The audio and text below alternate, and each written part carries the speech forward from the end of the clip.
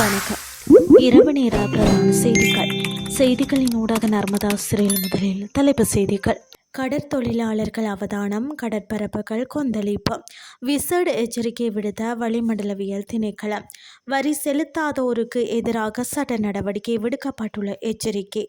அமெரிக்காவின் அதிநவீன ஆளில்லா விமானத்தை சுட்டு வீழ்த்தியது ஈரான். இனி விரிவான செய்திகள். ஹம்பாந்தோட்டை முதல் பொத்துவில் வரையும், கல்பிட்டி முதல் மன்னார் ஊடாக காங்கேசந்துறை வரையும் உள்ள கடற்பரப்புகளுக்கு வளிமண்டலவியல் திணைக்களம் விசேட எச்சரிக்கை அறிவிப்பை விடுத்துள்ளது. அதன்படி குறித்த கடற்கரைக்கு அப்பாற்பட்ட கடற்பரப்புகளில் காற்றின் வேகம் அவ்வப்போது மணித்தியாலத்திற்கு 50 முதல் 60 கிலோமீட்டர் வரை அதிகரிக்கக்கூடும். இதனால் அந்த கடற்பகுதிகள் அவ்வப்போது கொந்தளிப்பான நிலையில் காணப்படலாம் என தெரிவிக்கப்பட்டுள்ளது.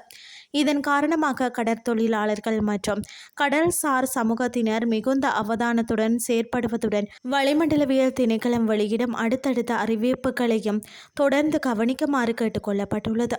இதனிடையே வடக்கு, வடமத்திய மற்றும் வடமேல் மாகாணங்களுக்கும் ரத்தினபுரி, கம்பாந்தோட்டை மற்றும் திருகோணமலை மாவட்டங்களுக்கும் பலத்த காற்று தொடர்பான தனியான எச்சரிக்கையும் விடுக்கப்பட்டுள்ளது. நாட்டை சூழ நிலவும் தென்மேற்கு பருவக்காற்றின் தாக்கம் காரணமாக மத்திய மலைநாட்டின் மேற்கு சரிவு பகுதிகளிலும் வடக்கு, வடமத்திய மாகாணங்களிலும் ரத்தினபுரி, கம்பாந்தோட்டை மற்றும் திருகோணமலை மாவட்டங்களிலும் அவ்வப்போது மணித்தியாலத்திற்கு 40 முதல் 50 கிலோமீட்டர் வேகத்தில் பலத்த காற்று வீசக்கூடும் என வளிமண்டலவியல் திணைக்களம் எதிர்வு கூறியுள்ளது.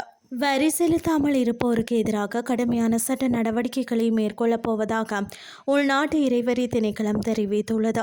அதன்படி வரி செலுத்த வேண்டிய கட்டுப்பாடு இருந்தும் அதனை திட்டமிட்டு தவிர்ப்பவர்கள், பதிவு செய்யாதவர்கள் அல்லது வரி அறிக்கைகளை சமர்ப்பிக்காதவர்கள் மற்றும் வணிகங்களுக்கு எதிராக இவ்வாறு நடவடிக்கை எடுக்கப்படும் என அந்த திணைக்களம் எச்சரித்துள்ளது.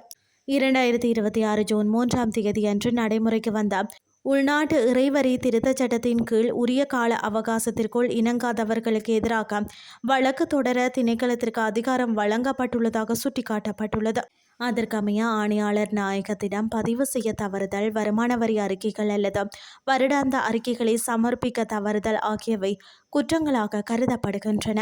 இந்த நிலையில் இணக்கமற்ற வரி செலுத்துபவர்களுக்கு முதலில் முறையான அறிவித்தல் வழங்கப்படும் எனவும், அறிவித்தல் வழங்கப்பட்ட நாளிலிருந்து குறைபாடுகளை சரி செய்ய வரி செலுத்துபவர்களுக்கு 30 நாட்கள் கால அவகாசம் வழங்கப்படும் எனவும் குறிப்பிடப்பட்டுள்ளது. இந்த 30 நாட்களுக்குள் இணங்க தவறினால் அது குற்றமாக கருதப்படும் எனவும், நீதவான் நீதிமன்றத்தில் நடைபெறும் சுருக்க விசாரணையின் பின்னர் குற்றவாளி என தீர்ப்பளிக்கப்படுபவர்களுக்கு 4 லட்சம் ரூபாய்க்கு மிகாத அபராதம் அல்லது 6 மாதங்களுக்கு மிகாத சிறை தண்டனை அல்லது இவை இரண்டும் விதிக்கப்படலாம். இந்த சட்டங்கள் வரி செலுத்தாமல் இருப்போரை குறிவைக்கவே உருவாக்கப்பட்டுள்ளன என்றும், ஒத்துழைப்பு வழங்கும் குடிமக்களை இது பாதிக்காது என்றும் திணைக்களம் தெரிவித்துள்ளமை குறிப்பிடத்தக்கது. இனி வெளிநாட்டு செய்திகள். தென்மேற்கு ஈரானிய நகரமான அக்வாஸிற்கு மேலே பறந்த MQ-9 ஆளில்லா விமானத்தை ஈரானின் இஸ்லாமிய புரட்சிகர பாதுகாப்பு படை சுட்டு வீழ்த்தியதாக ஈரானின் அரசு ஒளிபரப்பு நிறுவனமான IRIV இன்று ஞாயிற்றுக்கிழமை செய்தி வெளியிட்டுள்ளது. ஈரானின் இந்த அறிவிப்பு தொடர்பாக அமெரிக்க அதிகாரிகளிடமிருந்து உடனடியாக எந்த கருத்தும் வரவில்லை.